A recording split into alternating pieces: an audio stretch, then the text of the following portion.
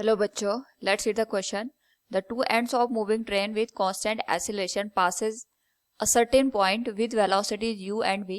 Show that the velocity with which a middle point of the train passes the same point is square root of v square plus u square divided by 2. Now to answer this question, first we will discuss here the key concept, and here the key concept will be equation of motion. तो जब भी हमारे पास कोई particle constant acceleration के साथ motion करता है, उस पर्टिकुलर केस में वेलोसिटी, टाइम, एक्सेलरेशन और डिस्प्लेसमेंट को हम तीन इक्वेशन ऑफ मोशन से शो कर सकते हैं. That is v equals u plus minus a into t. Second one is s equals u t plus minus half a t square. And third one is v square equals u square plus minus 2as. Now according to the question, हमारे पास यहाँ पे एक train है इस तरीके से, जिसकी जो लेंथ है हम ये मान के चलते हैं वो L के बराबर है यहाँ पे. और जब ये मूव कर रही है, इसका जो एक्सेलरेशन है वो कांस्टेंट है और इसका जो एक्सेलरेशन हम a के बराबर कंसीडर कर लेते हैं. And it is passing a certain point with velocity u and v.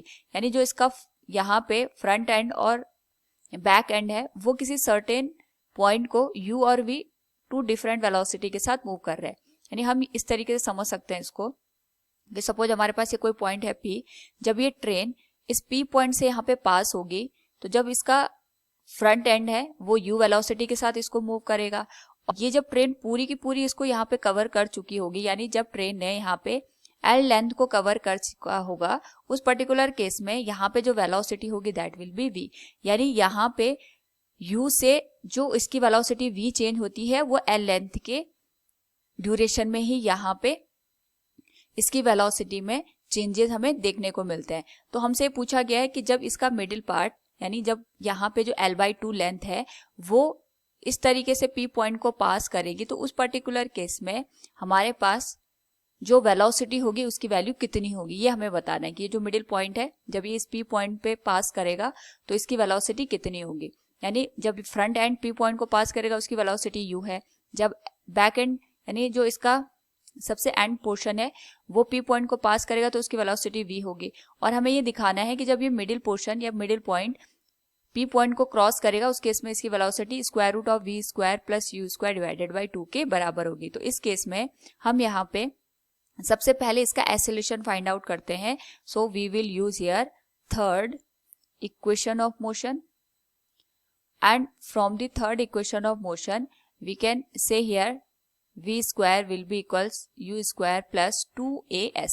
तो यहाँ पर s की जो वैल्यू आएगी यहाँ पे ये L के बराबर आएगी, क्योंकि वेलोसिटी को u से v होने में जो यहाँ पे लेंथ कवर हो रही है वो L के बराबर हो रही है.